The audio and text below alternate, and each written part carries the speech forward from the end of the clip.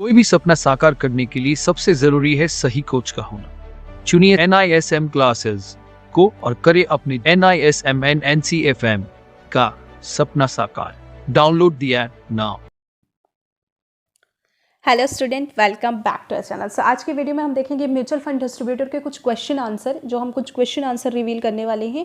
ये MCQ question है, ये आपके एग्जाम में काफ़ी हेल्प करने वाले हैं और ये बहुत ही आपको एक्सप्लेनेशन में भी काफ़ी सपोर्ट करने वाले हैं। बिकॉज ऑफ अगर आप एग्जाम में जाते हैं तो कुछ इस तरीके के क्वेश्चन आपको देखने के मिलते हैं। अगर आप फर्स्ट टाइम एग्जाम दे रहे हो, आपको पता नहीं है, आपको कोई भी आइडिया नहीं है कि किस तरीके का क्वेश्चन आता है, तो आप इस क्वेश्चन को देखो, आपको समझ में आएगा कि कैसे क्वेश्चन आते हैं।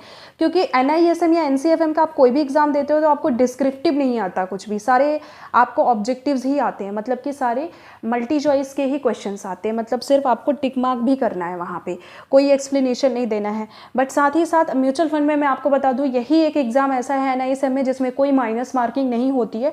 तो आपको अगर थोड़ा बहुत लगता है कि ये क्वेश्चन सही होने वाला है तो आप उसमें टिक करके आ सकते हो। बट फिर भी सारे क्वेश्चन में ऐसा ना करें, क्योंकि हो सकता है कि आप सारे क्वेश्चन में लगा रहे हो अगर ऐसे अंदाजे से, तो वो गलत भी हो सकते हैं।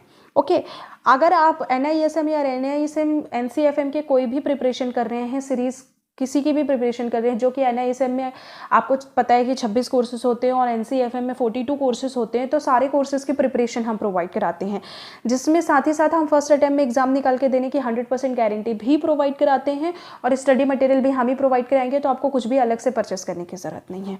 ओके, तो सबसे पहले क्वेश्चन पे आते हैं हम कि क्वेश्चन क्या बोल रहा है। A bond issued by a company has a coupon of 7%. The interest rate in the market for bonds of similar tenor and credit quality is now 8%. An investor holding the bond will सी।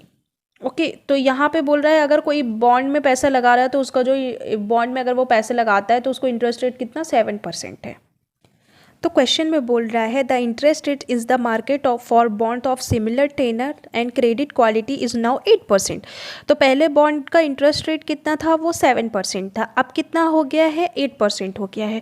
तो यहाँ पे पूछ रहा है now 8% an investor holding the bond will सी। तो वो जिसने already hold किया हुआ है, जो 7% बॉन्ड रखा हुआ है, अब 8% हो गया है, तो उस टाइम पे क्या होगा, the market price of the bond going up हो जाएगा या डाउन होगा। तो इसका राइट आंसर जो होगा वो होगा the market price of the bond going down. In the above question explanation आप देखिए, interest rate have a risen in the economy. ठीक है, इफ द कूपन मतलब इंटरेस्ट रेट, कूपन को हम इंटरेस्ट रेट बोलते हैं, rises then the bond with lower coupon is no longer an attractive investment, it will therefore lose value. मतलब कि उसका जो कूपन रेट जो था वो डाउन अप होने की वजह से जो प्रीवियस वाला जो आपका बॉन्ड रहा है उसका market price of the bond क्या हो गया, डाउन हो गया। ओके, तो ये इसका राइट आंसर होगा। चलो नेक्स्ट क्वेश्चन पे मूव करते हैं।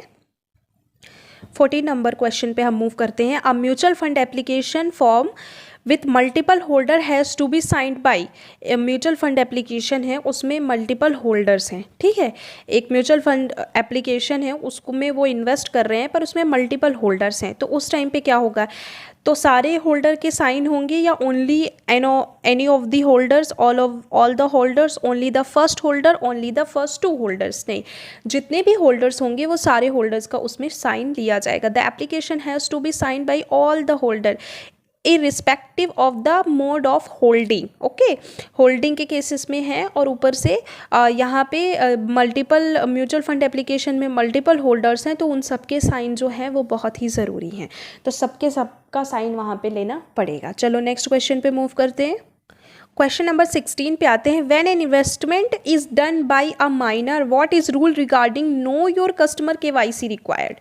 अगर कोई भी इन्वेस्टमेंट डन किया जाता है माइनर मतलब कि जो बंदा 18 साल की कम उम्र से है, मतलब कि वयस्क नहीं है।